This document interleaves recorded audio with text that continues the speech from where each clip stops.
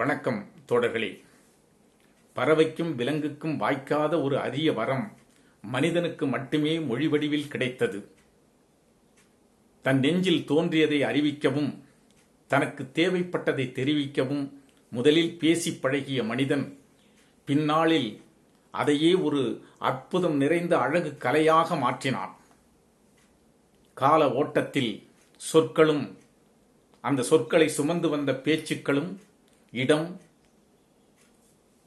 சந்தர்ப்பங்கள், சூழ்நிலைகளுக்கு ஏற்றவாறு பல்வேறு பரிணாம மாற்றங்களோடு தன்னை செழுமைப்படுத்திக் கொண்டது. சுதந்திர கனல் தெரித்த பேச்சின் மூலம்தான் பாரதி மறைந்து 80 ஆண்டுகள் முடிந்த பிறகும் கூட இன்னும் தமிழ் நெஞ்சங்களிலே வாழ்ந்து கொண்டிருக்கின்றான். அந்த பாரதி சொல்லுகிறான், பேச்சு என்பது ஒரு தவம், மந்திரம் போல் வேண்டுமடா சொல் இன்பம் என்கிறான் பாரதி. நீ பேசுகின்ற ஒவ்வொரு சொல்லும் கேட்கவருடைய உள்ளத்தில் ஊடுருவி அவனுடைய சிந்தனையை கிளற வேண்டும். அவனுக்குள்ளே ஒரு புதிய வெளிச்சத்தை பாய்ச்ச வேண்டும். அவனுடைய அறிவில் கொஞ்சமேனும் புதிதாய் விரிவடைய வேண்டும். அவனுக்குள்ளே புதிய புதிய சாளரங்கள் திறந்து கொள்ள வேண்டும். அதுவரையில் உறங்கி கிடந்த ஆன்மா விழித்து கண்மலர வேண்டும். இதையெல்லாம் ஒரு பேச்சு செய்ய வேண்டும் என்கிறான்.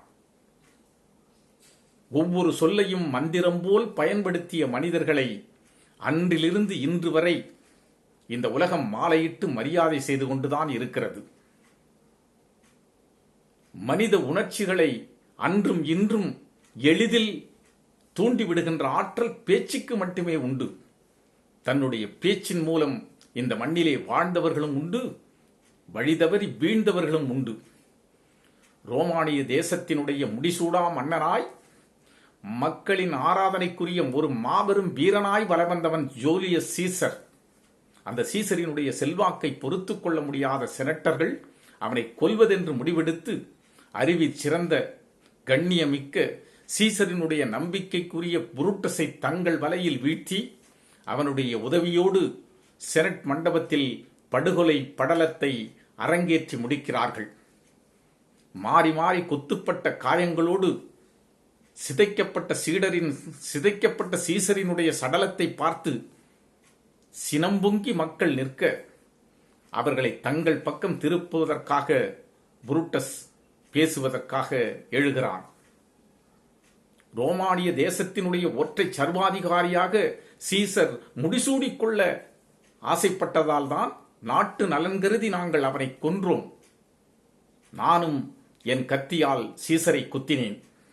நான் சீசரை குறைவாக நேசித்தவன் இல்லை, ஆனால் அவனை விட என் தேசத்தை அதிகமாக நேசித்ததால் தான் அவனை கொன்றோம் என்று புரூட்டஸ் பேசி முடித்தவுடன் அங்கிருந்த கூட்டம் கண்ணியமுக்க புரூட்டஸ் வாழ்க, அவன் செய்தது சரிதான், சீசர் சாவை சந்திக்க வேண்டியவன்தான் என்று ஆர்ப்பரிக்க ஆரம்பித்தது. அதற்கு பிறகு மார்க் ஆண்டனி எழுகிறான். படுகொலையை பழித்து பேசினால் என்ன நடக்கும் என்ற உண்மை நிலையை புரிந்து கொண்ட அந்த இக்கட்டான சூழ்நிலையில் வார்த்தைகளின் வலிமையை நம்பி பேசத் துவங்குகிறான். ரோமானியர்களே, நண்பர்களே, நாட்டோரே, உங்கள் காதுகளை எனக்கு கொஞ்சம் கடனாக கொடுங்கள். கண்ணியமிக்க புரூட்டஸ், சீசர் ஒரு பேராசைக்காரன் என்றார். ஆம், சீசர் ஒரு பேராசைக்காரன்தான். அகிலத்தின் நாடுகள் பலவற்றையும் அடிமைப்படுத்தி அங்கிருக்கின்ற செல்வங்களையெல்லாம் ரோமாபுரியினுடைய கருவூலத்தில் கொண்டு வந்து நிரப்பிய சீசர் ஒரு பேராசைக்காரன் தான். ஏழைகள் கண்ணீர் விட்டு கதறிய பொழுதெல்லாம் கண்கலங்க அழுதவன் சீசர். நான் இங்கே புரூட்டஸுக்கு மறுப்பு சொல்ல வரவில்லை. எனக்கு தெரிந்த சில உண்மைகளை நான் சொல்லியாக வேண்டும். மன்னனாக மகுடம் தரித்துக் கொள்ள ஆசைப்பட்டான் சீசர் என்று சொன்னார் புரூட்டஸ். அது தவறு. 3 வரை நாங்கள் அவனை மன்னனாக்குவது என முடிவெடுத்து மகுடத்தை தந்த பொழுதெல்லாம் 3 முறையும் மறுதளித்தவன் சீசர். அவனுடைய உயிலிலே என்ன எழுதியிருக்கிறான் என்பதை நீங்கள் தெரிந்து கொண்டால் அவனுடைய சடலத்தை முத்தமிடுவதற்கு போட்டி போட்டு வருவீர்கள். அவனுடைய காயங்களிலிருந்து கசியும் அந்த புனிதமான குருதியை உங்கள் கைக்குற்றைகளில் ஒற்றி எடுத்துக் கொள்வீர்கள். அவனுடைய தலைமுடியில் ஒன்றை காலமெல்லாம் பொக்கிஷமாக வைத்திருக்க வேண்டி கொடுங்கள் என்று எங்களிடம் இறைஞ்சுவீர்கள். ஆனால் நான் சீசருடைய உயிலை இங்கே படிக்கப் போவதில்லை. நீங்கள் மரங்கள் அல்ல, மனிதர்கள்.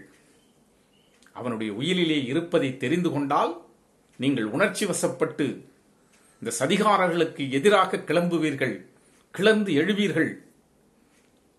சீசர் புரூட்டஸை தன்னுடைய நெஞ்சிலே வான தேவதனாக வைத்து போற்றினான். அந்த நெஞ்சிலே புரூட்டஸ் குத்திய அந்த குத்துதான் இந்த உலகத்திலேயே இரக்கமற்ற கத்தி குத்து. இதோ சீசர் பிணமாக கிடக்கிறான். இன்னொரு சீசர் எப்பொழுது வருவான் என்று மார்க் ஆண்டனி பேசி முடித்தவுடன் அங்கிருந்த மக்கள் வெறிபிடித்த கூட்டமாய் அந்த சதிகாரர்களுக்கு எதிராக கிளர்ந்தெழ ஆரம்பித்தார்கள். எந்த சூழ்நிலையையும் வார்த்தைகளால் வளைத்து போட முடியும் என்பதற்கு சான்றாக மார்க் ஆண்டனியுடைய பேச்சு இன்று வரை சரித்திரத்தில் இருந்து கொண்டே இருக்கிறது. இரண்டாம் உலகப் போரில் மூர்க்கத்தனமான ஹிட்லரின் தாக்குதலால் உலகமே கலங்கி நின்ற நேரம், சூரியன் அஸ்தமிக்காத தேசத்தை சார்ந்தவர்கள் என்று பெருமைப்பட்டுக் கொண்ட ஆங்கில ஆட்சியாளர்கள் இங்கிலாந்தை எப்படி காப்பாற்றுவது என்று தெரியாமல் விழித்த பொழுது சர்ச்சில் பிரதமராக பதவியேற்றுக் கொண்டார். அச்சத்தில் மயங்கி கிடந்த உறைந்து கிடந்த அந்த ஆங்கில மக்களவைய தன்னுடைய வலிமை மிக்க வார்த்தைகளால் அவர்களுடைய நெஞ்சிலே நம்பிக்கை விளக்கை ஏற்றி வைத்தார். இரத்தமும் கண்ணீரும் வியர்வையும் உழைப்பையும் தவிர இந்த மக்களுக்கு கொடுப்பதற்கு என்னிடம் வேறு ஒன்றும் இல்லை. இந்த இக்கட்டான சூழ்நிலையில் நம் கண்ணை முன்னே போரும் துன்பமும் நடமாடிக்கொண்டிருக்கிறது. ஆனால் மக்கள் விரோதமான இந்த கொடூரமான இந்த ஒரு நிலையை எதிர்த்து நிற்க வேண்டுமென்றால் ஆண்டவன் கொடுத்த அந்த துணிவை வைத்துக் கொண்டு வான் நிலம் நீர் வழியாக போராடுவது ஒன்றுதான் இப்பொழுது இருக்கின்ற ஒரே திட்டம். அந்த போராட்டத்தின் முடிவு வெற்றியாக இருக்க வேண்டும் என்பதுதான் ஒரே லட்சியம். வெற்றி பெற்றால் மட்டும்தான் நமக்கு வாழ்க்கை என்று பேசியே அந்த ஆங்கில மக்களினுடைய அச்சத்தை போக்கி அவர்களிடையே ஒரு நம்பிக்கையை ஊட்டி வெற்றி பெற்றவர் சர்ச்சில்.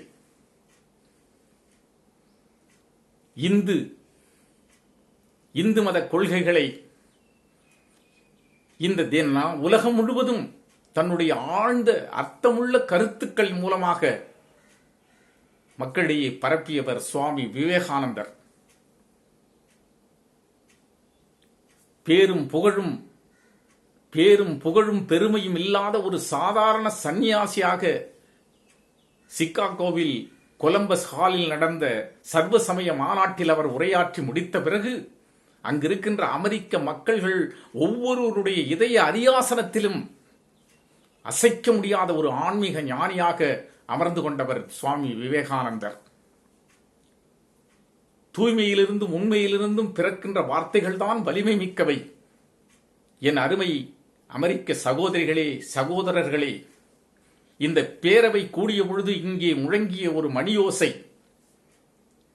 மதவெறிக்கும்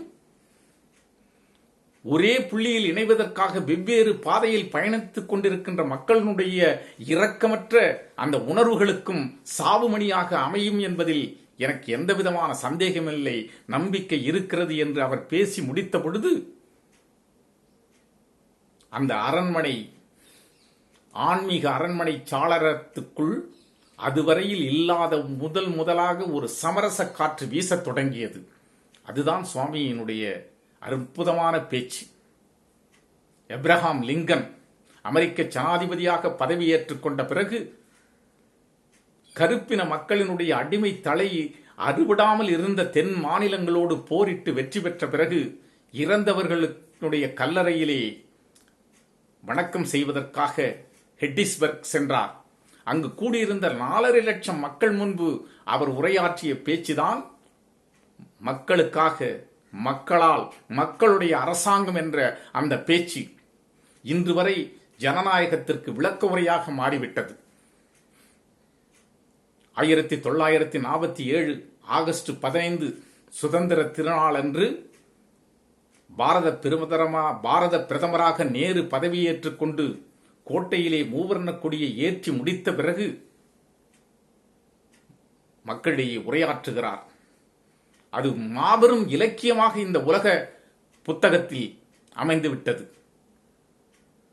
ஆம், நள்ளிரவு 12 மணி ஒலித்து முடியும் பொழுது இந்த உலகம் முழுவதும் உறங்கச் செல்லும். ஆனால் புதிய வாழ்க்கையையும் புதிய சமுதாயத்தையும் வாங்குவதற்காக இந்திய திருநாடு மட்டும் விழித்துக் கொண்டே இருக்கும். இது சரித்திரத்தில் எல்லோருக்கும் கிடைக்காத ஒரு அற்புதமான பொன்னாள். ஆம், காலம் முழுவதும் ஒடுக்கப்பட்ட மக்களின் குரல் இனி ஓங்கி ஒலிக்க ஆரம்பிக்கும் என்று அந்த திருமகன் மாசற்ற அந்த மாமனிதன் பேசி முடித்த பொழுது அவனுடைய வாயிலிருந்து வந்திருந்த ஒவ்வொரு வார்த்தைகளும் காவிய மனம் கமழ்ந்து மக்களிடையே வீசத் தொடங்கியது. இப்படி சரித்திரத்தின் ஏடுகளை பார்த்தால் ஆங்காங்கே தன்னுடைய அற்புதமான பேச்சின் மூலமாக இந்த மக்களின் வாழ்வையை ஒரு கட்டத்தில் கொண்டு போய் நிறுத்திய பேச்சுக்கள் ஏராளம் ஏராளம். ஆனால் இன்று என்ன நடந்து கொண்டிருக்கின்றது? ஒரு காலத்தில் மிக சிறந்த விளங்கிய இந்த தமிழக மேடைகள் அத்தனையும் இன்று தரம் தாழ்ந்து போய் கிடக்கின்றது. பொருள் ஈட்டுவதற்காக எதையும் எங்கும் எப்பொழுதும் பேசிவிடலாம் என்கின்ற ஒரு மோசமான நிலைமை தமிழ்நாட்டிலே இருந்து கொண்டிருக்கின்றது. 4 நகைச்சுவை துணுக்குகளை வாரி இறைத்துவிட்டு எதிரிலே இருப்பவர்களை விலானோக சிரிப்பதுதான் அற்புதமான பேச்சு என்ற அளவிற்கு தரம் தாழ்ந்து கிடந்து கொண்டிருக்கின்றது. ஆனால் 2000 ஆண்டுகளாக நாம் சேமித்து வைத்த பண்பாடு நாகரிகம் அத்தனையும் இந்த மேலை நாட்டு நாகரிகம் கொண்டு வந்து கொட்டிய குப்பைகளால் குட்டிச்சுவராகி மோசமான மனம் வீசிக் கொண்டிருக்கின்ற இந்த நேரத்தில் இந்த மக்களை பண்படுத்தப்பட வேண்டிய சூழ்நிலை பேச்சுக்கு மட்டுமே உண்டு. அந்த பேச்சாளருடைய நிலையோ மிக மோசமாக இருக்கின்றது. நீங்கள் யாரேனும் மேடையிலே பேசுவதற்கான வாய்ப்பு உங்களுக்கு கிடைக்குமேயானால் பேசி முடித்த பிறகு உங்களோடு மக்கள் எல்லோரும் சேர்ந்து சிரிக்கிறார்களா என்று நீங்கள் பார்க்காதீர்கள். உங்கள் கருத்துக்களை உள்வாங்கி சிந்திக்கிறார்களா என்பதை கொஞ்சம் யோசித்து பாருங்கள். ஏனென்றால் ஒரு அங்குலம் கூட பயன்படாத வார்த்தைகளால் மனிதனுக்கு எந்த விதமான பயனுமே கிடையாது. எனவே அந்த அற்புதமான பேச்சுக்கலையை இந்த மனித வாழ்வு செம்மைப்படுத்துவதற்காக சீர்கெட்டு போயிருக்கின்ற இந்த நிலம் பண்பட்டு மீண்டும் பயிராய் வளர்வதற்காக உங்களுடைய உழைப்பு இருக்க வேண்டும். ஏனென்றால் வாய்க்குள் சென்ற எதுவுமே தீட்டுப்படுத்தாது, வாயிலிருந்து வருகின்றவையால் இந்த மனிதரை தீட்டுப்படுத்தும் என்றார் இயேசுநாதர். ஒரு பாத்திரத்தில் விரிசல் விழுந்திருக்கிறதா என்பதை அது எழுப்புகின்ற ஓசையை கொண்டு நாம் முடிவெடுத்துக் விட முடியும். அதுபோலத்தான் ஒரு மனிதன் முட்டாளா அல்லது அறிவுள்ளவனா என்பதை அவன் வாயிலிருந்த வார்த்தைகளே தீர்மானித்து காட்டும். மகாபாரதம் பேச்சை பற்றி ஒன்று சொல்லுகிறது. உன்னால் முடிந்தால் உண்மை பேசு, அந்த உண்மையும் நன்மை தருவதாக இருந்தால் பேசு, அந்த உண்மையும் நன்மையும் கூட நியாய தர்மங்களுக்கு கட்டுப்பட்டதாக இருந்தால் பேசு, அப்படி இல்லாவிட்டால் நீ பேசுவதை விட பேசாமல் இருப்பதே மேல் என்று மகாபாரதம் சொல்லுகிறது. அந்த மகாபாரதத்தினுடைய வழிகாட்டுதலின்படி நம்முடைய வார்த்தைகள் அமைந்தால் நீயும் நானும் இந்த மக்களும் மனமகிழ்ச்சியோடு வாழ முடியும். எனவே உங்களுடைய வாயிலிருந்து வருகின்ற சொல் மலர்கள் இந்த மண்ணிலே விழுந்து நறுமணம் வீசி மக்கள் மனங்களிலே ஒரு சுகானுபவத்தை தரட்டும். அதற்காக செம்மையான வார்த்தைகளை தேர்ந்தெடுங்கள். அந்த வார்த்தைகள் இந்த மண்ணில் பரப்புவதற்காக மட்டுமே உங்கள் உதடுகளை விரித்து சொற்களை வெளியிடுங்கள். நன்றி தோழர்களே, வணக்கம்.